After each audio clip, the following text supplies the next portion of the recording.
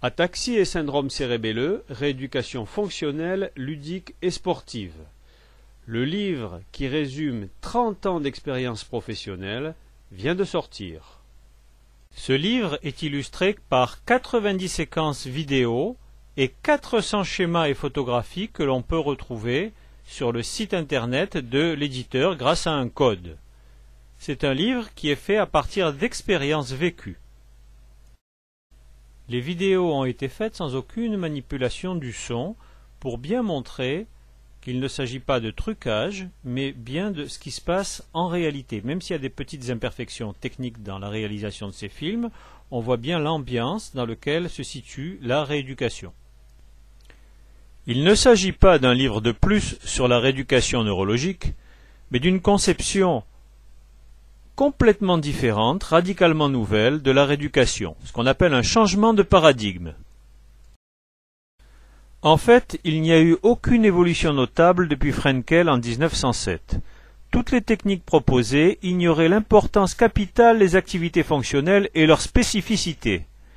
Il s'agissait toujours de développer la coordination générale par des exercices sans utilité fonctionnelle pour le patient, comme on le voit sur ces photos de Frenkel. Alors voilà, des exercices de Frenkel, une fois que le sujet les a exécutés, il ne sait toujours pas couper sa viande, il ne sait toujours pas s'habiller, mais il sait pointer ou il sait faire l'épreuve talon-genou, donc c'est pas le but de la rééducation.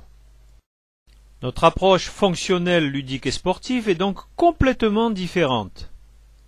La technique est simple, mais efficace.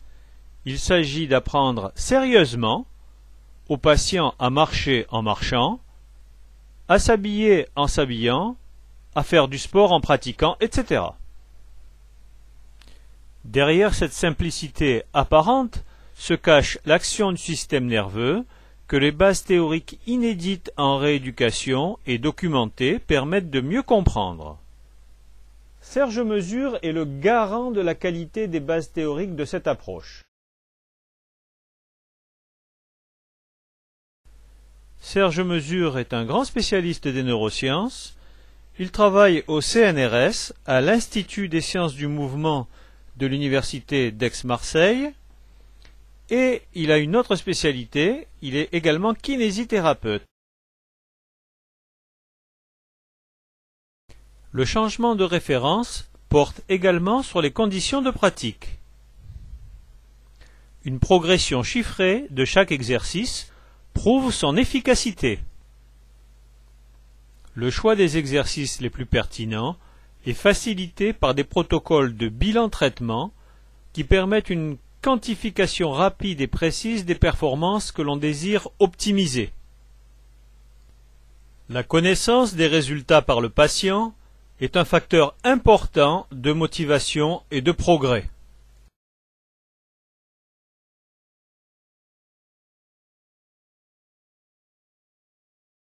Alors qu'est-ce que ça t'a surpris de te voir en première page du livre?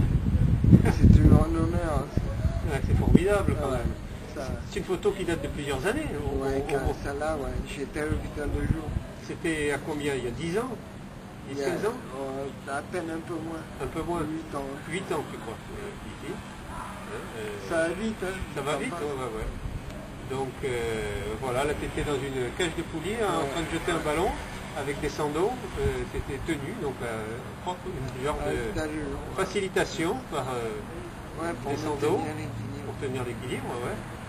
Donc, et là tu te retrouves des années plus tard en première page du livre. C'est pas mal.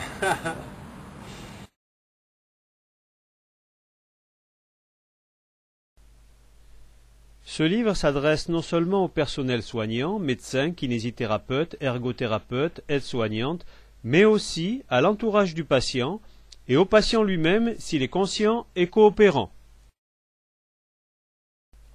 La partie pratique de ce livre est divisée en 3 chapitres. D'abord les atteintes profondes, et puis si le malade récupère, on a le chapitre des atteintes de gravité intermédiaire, et s'il récupère encore, un autre chapitre traite des atteintes frustes.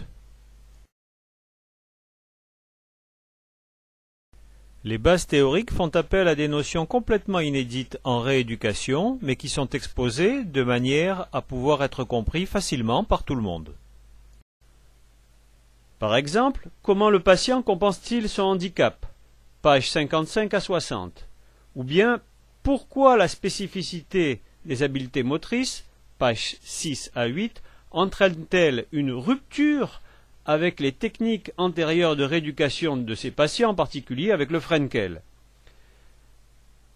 Autre exemple, par quelles étapes le patient va-t-il passer lors de l'apprentissage d'une activité physique, pages 22 à 30. Pages 46 à 44, on pourra voir comment la quantité de pratique permet d'améliorer la qualité des mouvements, coordination et équilibre, grâce à l'auto-organisation du mouvement.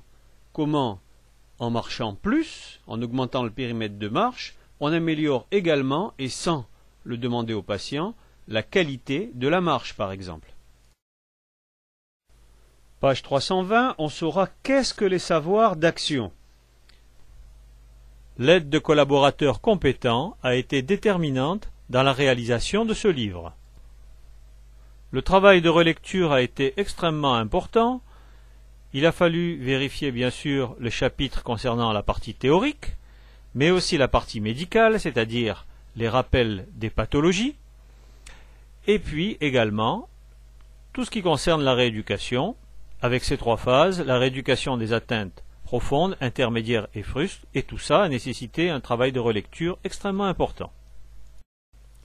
Enfin, il faut dire que le soutien des patients a été indispensable dans la réalisation de ce livre qui bouleverse à ce point le paysage tranquille de la rééducation neurologique.